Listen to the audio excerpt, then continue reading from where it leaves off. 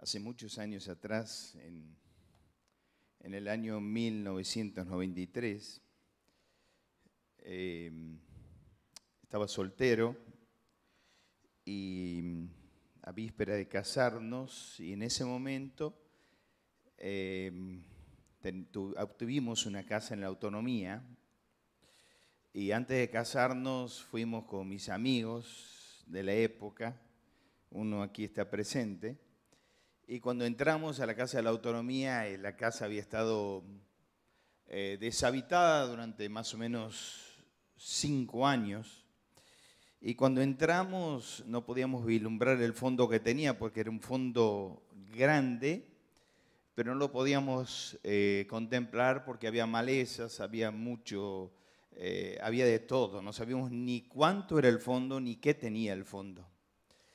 Bueno, un día fuimos los amigos y no es que ellos me ayudaron a cortar la maleza, no, le pagamos a alguien para que corte y nosotros tomamos algo, mientras que otros cortaban, y nos encontramos con escorpiones, alacranes. Bueno, ahí la iba a traer a Gabriela a vivir. Y en ese momento estaba la vecina que estaba encargada de la casa, se llamaba doña Nelly.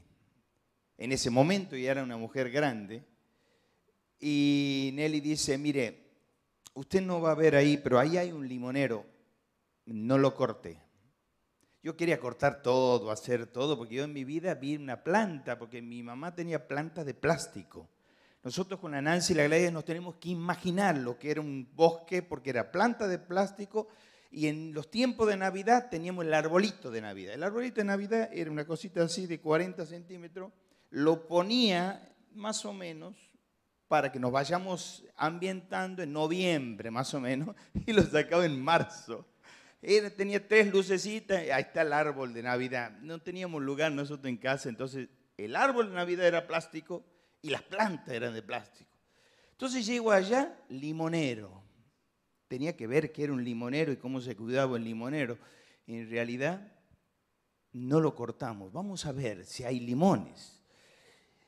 Conclusión, no lo cortamos y ese limonero nos dio limones hasta que terminamos de vivir en el barrio de Autonomía.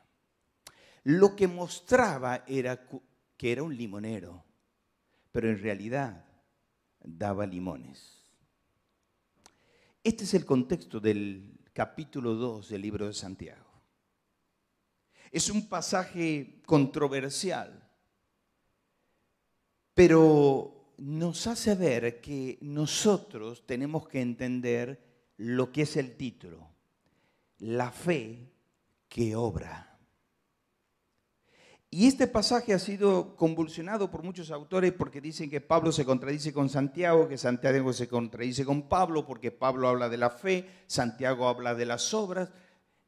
Toda escritura es divinamente útil para enseñar, para corregir, y está inspirada por Dios. Nada se contradice en la Biblia. Por lo tanto, no es que Santiago contradice a Pablo, sino Santiago se complementa con Pablo. Vamos a ponernos de pie para leer Santiago capítulo 2, para hablar en esta mañanita hermosa, una fe que obra, una fe que obra. Santiago capítulo 2, lo tenemos en la pantalla, dice así la palabra del Señor: hermanos míos, más de 20 veces aparece esto.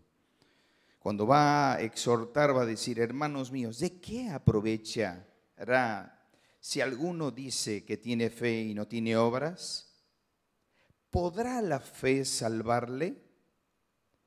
Y si un hermano o una hermana están desnudos y tienen necesidad del mantenimiento de cada día, y alguno de vosotros le dice: id en paz, calentaos y saciaos, pero no les dais las cosas que son necesarias para el cuerpo, ¿de qué aprovecha? Así también la fe, si no tiene obras, es muerta en sí misma. Pero alguno dirá: tú tienes fe, yo tengo obras.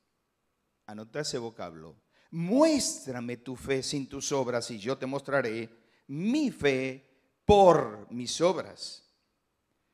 ¿Tú crees que Dios es bueno? Bien haces. También los demonios creen y tiemblan. Mas ¿quieres saber, hombre vano, necio, vacío, que la fe sin obras es muerta? ¿No fue justificado por las obras Abraham, nuestro padre, cuando ofreció a su hijo sobre el altar? ¿No ves que la fe actuó juntamente con las obras o con sus obras? Y que la fe se perfeccionó por las obras. Y se cumplió la escritura que dice: Abraham creyó a Dios y fue contado por justicia y fue llamado amigo de Dios. Vosotros veis pues que el hombre es justificado por las obras y no solo por la fe. Asimismo también Rahab, la ramera, no fue justificada por las obras cuando recibió a los mensajeros y los envió por otro camino. Y vamos a leer todos el verso 26 en voz alta. A ver, quiero escucharlos como cantaron esta mañana. Vamos. Porque como el cuerpo sin espíritu está muerto, así también sin las obras está muerta. Padre, háblanos en esta mañanita. Necesitamos escuchar tu voz. Quiebra nuestros corazones y que nuestra fe pueda producir obras para la gloria y la honra de tu nombre. En el nombre de Cristo Jesús oramos. Amén. Ustedes saben que cuando uno se sumerge en las aguas plácidas de la palabra de Dios, se encuentra con verdades incomparables. La Biblia, su marca es insondable, no se puede perpetrar. La palabra de Dios, cuando uno se sumerge, se da cuenta que hay tremendos acantilados que nosotros tenemos que ir pasando hasta encontrar la verdadera bendición de la palabra del Señor. Santiago va a ir diciendo en toda la carta, ustedes tienen que mostrar lo que hacen.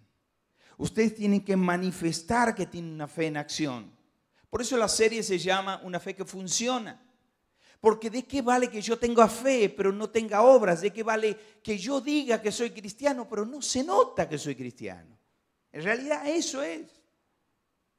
Muchos hablan de boca de jarro diciendo yo soy cristiano, evangélico. Y después el empleador lo toma y es una vergüenza para el empleador, para sus compañeros de trabajo.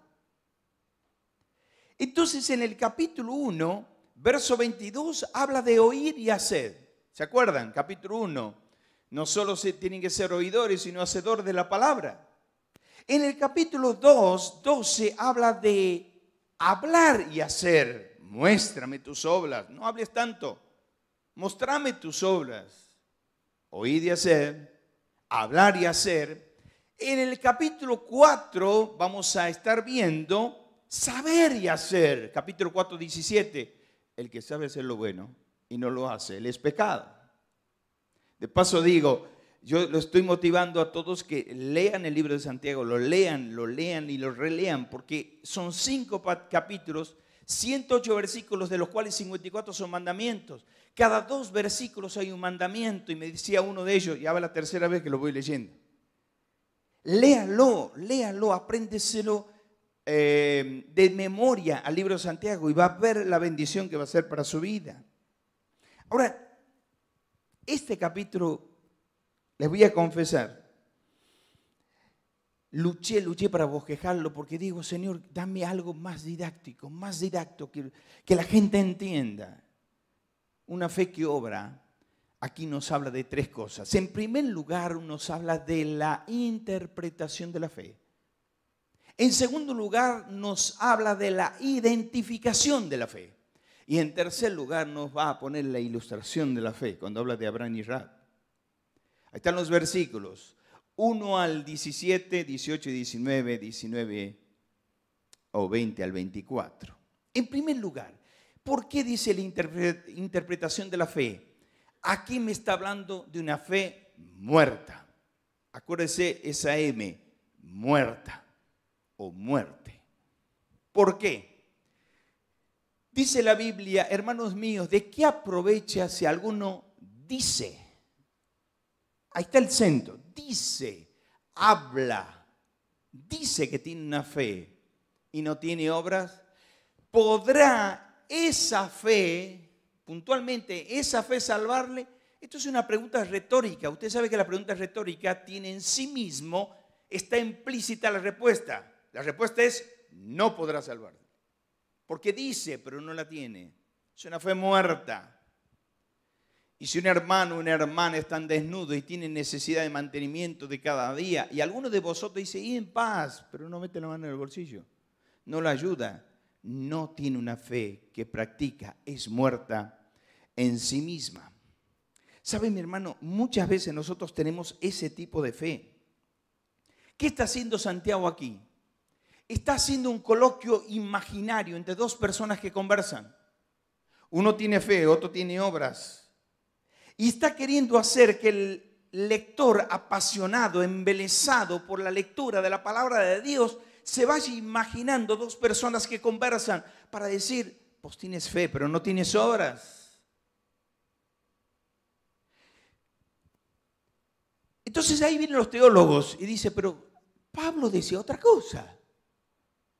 Pablo decía que sola la fe. Es más, Martín Lutero, cuando él explica las solas, sola fe, sola gracia, lo lee a Santiago y dice, me están pateando en contra. No, no es así. Yo le voy a hacer ver un cuadro que lo hice para que usted lo entienda. El cuadro es este. Pablo apunta a lograr la justificación. Santiago mira cómo manifiestas la justificación. Pablo en los capítulos que están en Romanos 4, en Romanos 5, justificados pues por la fe, tenemos paz con Dios por medio de nuestro Señor Jesucristo, va a hablar de alcanzar la fe, cómo alcanzar la fe. Santiago dice, cómo mostrar la fe. Pablo habla de la raíz de la fe. Santiago habla de cómo mostrar el fruto de la fe. ¿Tienes fruto de esa fe? ¿Hay obras? Por su fruto lo conoceréis. ¿Vos sos cristiano? ¿Has cambiado tu vida? ¿Estás frecuentando los mismos lugares que antes? ¿Qué dice la Biblia? Que Santiago y Pablo se ponen en la trinchera y hablan de lo mismo. Y Pablo dice, ¿cómo alcanzar esa fe? Y Santiago dice, ¿cómo manifestar esa fe? Ahora, cuando vemos esto, dice, así que la fe no tiene, así también la fe que no tiene obras, está muerta en sí misma. Usted sabe que ahí la palabra muerta es necros, que viene de necrosada. Habla de un tejido necrosado, un tejido muerto. ¿Qué pasa con un tejido que está necrosado? Está muerto, ya lo acabo de decir. ¿Pero qué pasa? No pasa la sangre. Y como no pasa la sangre, está muerto. Hasta que no pase la sangre de Cristo sobre el tejido de tu corazón, estarás muerto. Pero habla de muerte. No habla que se está por morir. No, habla de que nunca nació. Por eso en el capítulo 1 dice, hay muchos que se engañan. Hay muchos que se engañan. Crees que son cristianos y no lo son. En segundo lugar, me habla de la identificación de la fe. Queda atrás la interpretación de la fe, que me habla de una fe muerta. Muerte. Esa es la M. Ahora me habla de la identificación de la fe. Me habla de una fe demoníaca. Y vamos a poner la M. Manifestar. Muerte, manifestación. Pero alguno dirá, sigue el coloquio imaginario, yo tengo fe. Tú tienes fe y yo tengo obras. Muéstrame tu fe sin tus obras y yo te mostraré mi fe por mis obras. ¿Tú crees que Dios es uno? Bien haces, también los demonios creen y tiemblan. Me van a perdonar, pero yo quiero explicarlo bien este texto. Aquí lo que está diciendo es esto.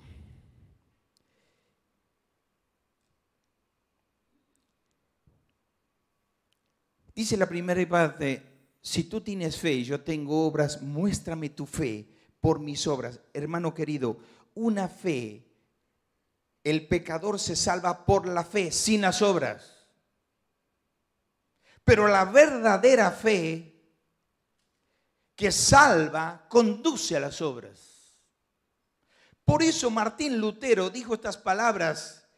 Dice, las buenas obras no hacen al hombre bueno, pero un hombre bueno hace buenas obras. Entonces allí, en ese momento, ¿qué hace el escritor? Lo lleva al terreno teológico y le dice, muy bien, vos dices que tienes fe, bueno, muéstrame tu fe. Bueno, ¿Dios es uno? Sí, yo lo entiendo, bien haces. ¿Saben por qué? Porque muchas veces hay una fe intelectual, es la fe teológica.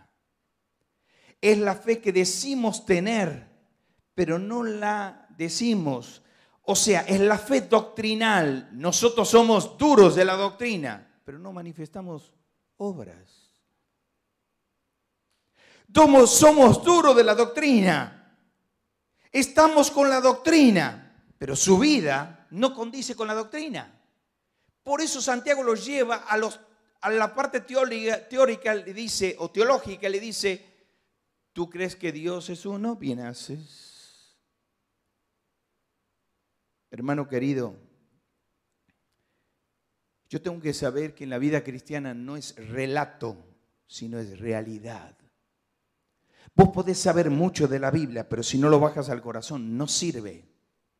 Vos podés haber tenido muchos años en la vida cristiana, es más, podés haber nacido en un hogar cristiano, cantado canciones cristianas, concurrido a un colegio cristiano y tener un funeral cristiano, pero despertarte en el infierno. A mí me asombra cuando hay jóvenes que dicen, yo soy cristiano, sí, porque mi mamá era cristiana. Y ¿sabes? Se terminan apartando del Señor. ¿Y sabe por qué se apartaron? Porque nunca fueron, tuvieron fe muerta. Yo temo de nuestros hijos y temo de los grandes, que cuando lleguemos al cielo no lo veamos. ¿Saben por qué? Porque dice, los demonios creen y tiemblan. Ahora, mira esa identificación de la fe. Lo está poniendo a Santiago, a los demonios los está poniendo de ejemplo. En Marcos capítulo 5, 6 dice, en el demonio gadareno, dice, cuando Jesús lo vio de lejos, dice que se arrodilló y clamando dijo, ¿qué tienes conmigo? El demonio, ¿qué tienes conmigo? Hijo del Dios Altísimo, no me atormentes más. Le rogaba a que no le enviase afuera. ¿Sabe quién? Los demonios. Los demonios creen y tiemblan. Hay cristianos que no tiemblan. Hay cristianos que pecan y no tiemblan. Hay cristianos que viven una vida de pecado y nunca se les cayó una lágrima. ¿Sabe qué hace Santiago? Dice, los demonios son mejores que ustedes.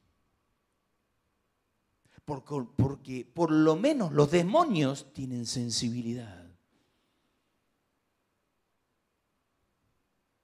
¿Sabes por qué los demonios creen y tiemblan? ¿Alguna vez pensaste? ¿Sabe por qué los demonios creen y tiemblan? Porque conocen a Dios. Muchos cristianos no conocen la palabra de Dios, por eso creen, pero no tiemblan. Yo cuando le escuchaba a Augusto en esta mañana, dije, Señor, justo va a tomar este tema Augusto. Escúchame bien lo que digo aquí y no lo pongas y no me saques de contexto. Hermano querido, yo quiero que entiendas que Dios tenga el control de todas las cosas no significa que tome el control de todas las cosas. Mario, ¿qué estás diciendo? Pasa por la soberanía de Dios. Escucha lo que te digo y metabolízalo. Que Dios tenga el control de todas las cosas no significa que tome el control de todas las cosas. Y lo anoté porque no quería olvidarme. Dios no tiene el control.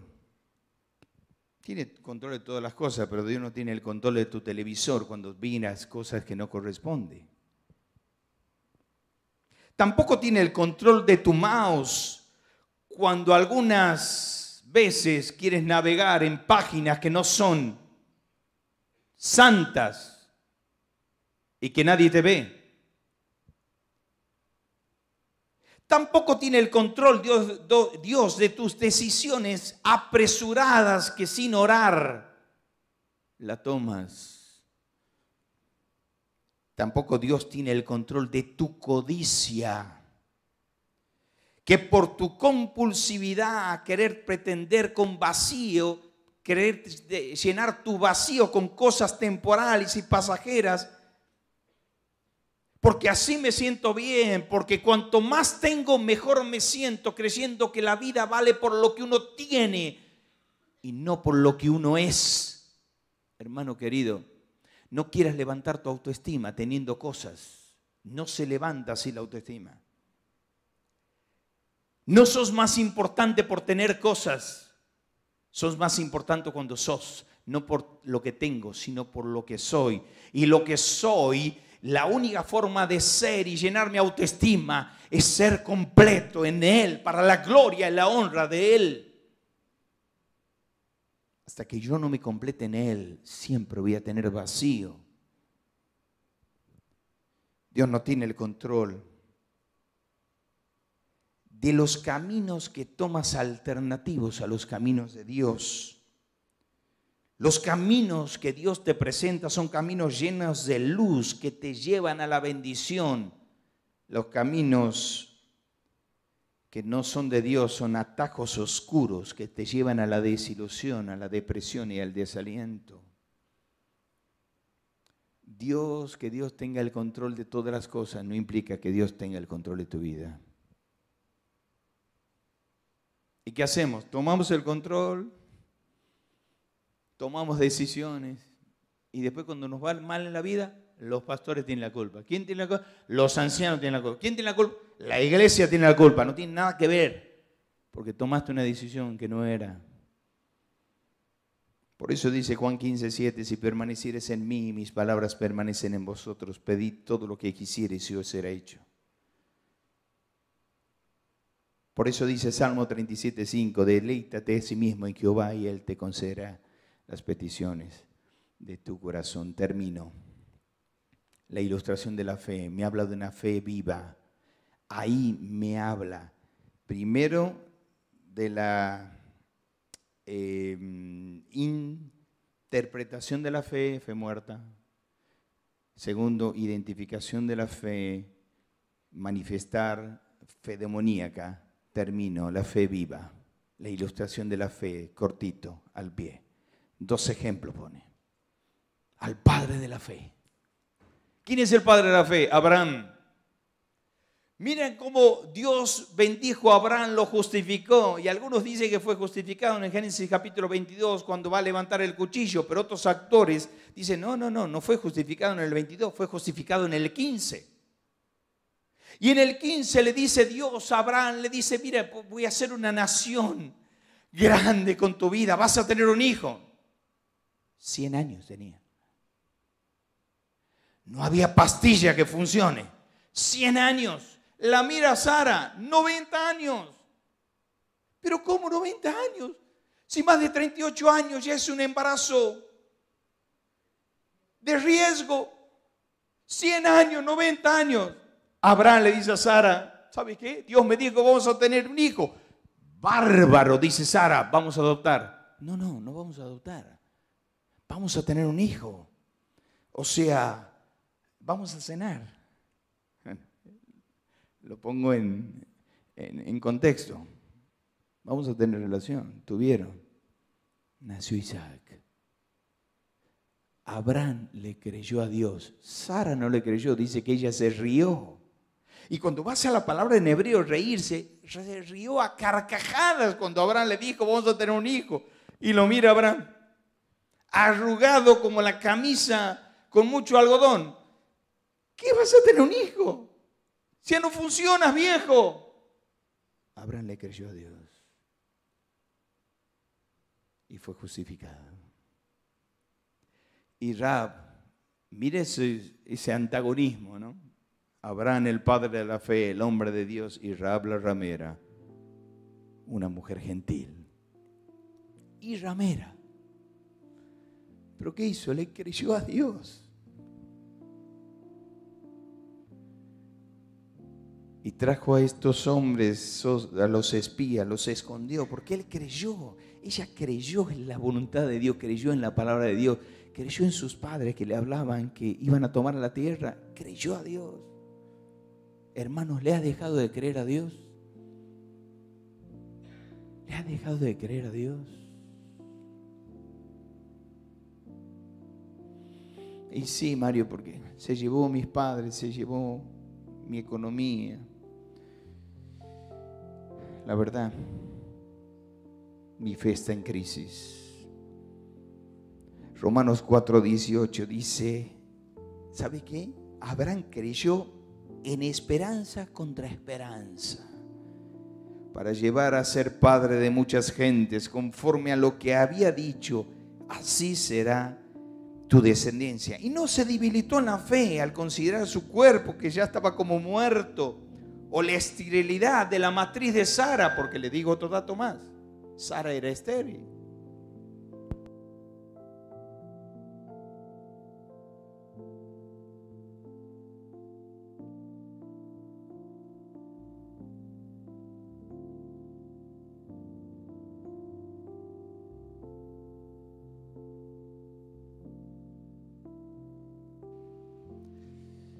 Satanás está enojado, no se haga problema. Tampoco dudó. Hermanos, que en esta mañana le podamos decir, Señor, yo quiero creerle a Dios. Aunque mi fe esté lastimada, mi fe está en crisis. Yo quiero vivir esta fe. Vivir esta fe. De decir, Señor,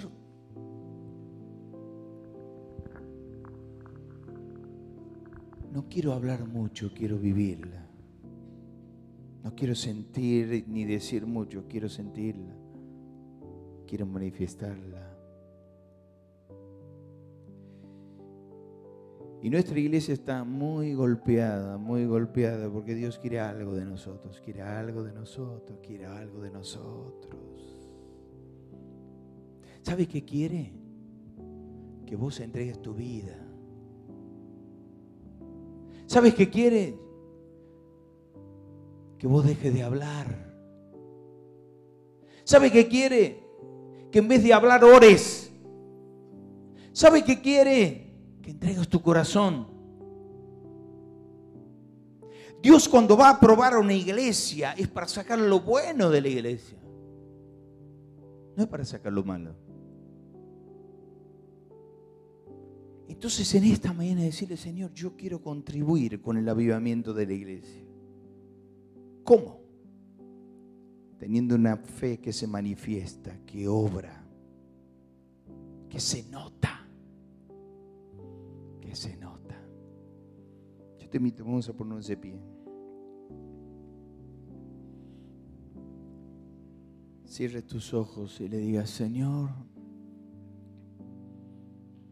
aquí estoy parado delante de tu presencia. Yo sé que quieres de mí una entrega total de mi vida. Yo sí creo que quieres de mí una familia consagrada a ti.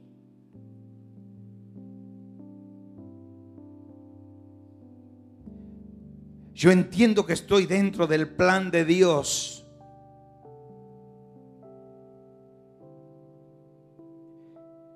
Y estoy dentro de la iglesia de Dios, esta iglesia maravillosa, particularmente bendecida. Pero yo quiero vivir una vida entregada a ti, para tu gloria y para tu honra.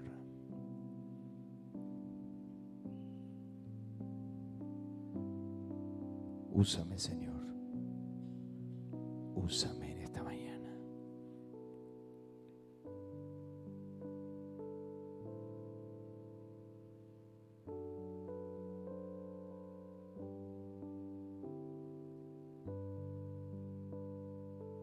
Padre, gracias por esta mañana.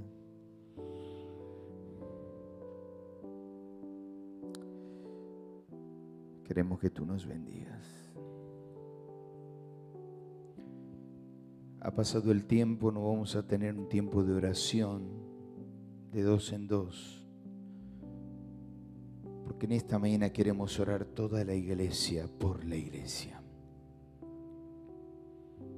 Toda la iglesia por la iglesia. Señor, nos sentimos probados por ti. Hay sillas vacías, hay bancos vacíos, hay camas vacías. Hay lugares en los ministerios vacíos. Y elevamos nuestros ojos como Josafat para decir, Señor, no sé qué hacer. Y en esta mañana tú nos dicen, yo sé qué debes hacer. No murmures más. No hables más, porque a ti te caerá la condena. Vive más. Vive más. Demuestra la fe. Sé un canal de bendición y no de murmuración. Sé un canal de bendición y no de pecado. Sé un canal de unión y no de discordia. Por eso en esta mañana queremos como iglesia que tú nos bendigas. Y como iglesia nos comprometemos a entregar nuestras vidas, matrimonios, familias a ti. Gracias, Padre. Gracias por esta mañanita. Gracias por tu palabra. En el nombre del Señor Jesús oramos. Amén y amén. Que Dios nos bendiga.